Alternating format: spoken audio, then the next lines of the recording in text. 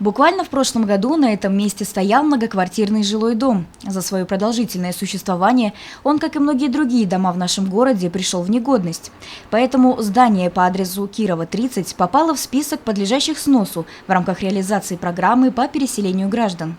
И вот, наконец, летом нынешнего года на месте, пустующем после аварийного сноса, начались масштабные работы по строительству многоквартирного жилого дома. Планируется построить дом на 24 квартиры, 18 квартир будут однокомнатные для детей-сирот и 6 квартир будут двухкомнатные.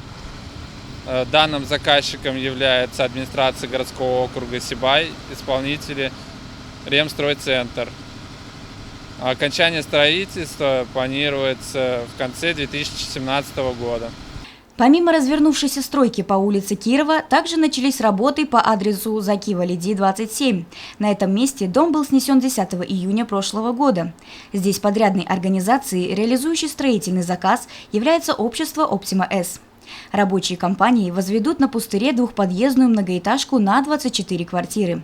Стоит отметить, что в доме по адресу Закива-Лиди, 27 приобрести жилплощадь могут все желающие. Евдокия Титаренко, Константин Малейкин, Любовь Карпова, телекомпания СТВ.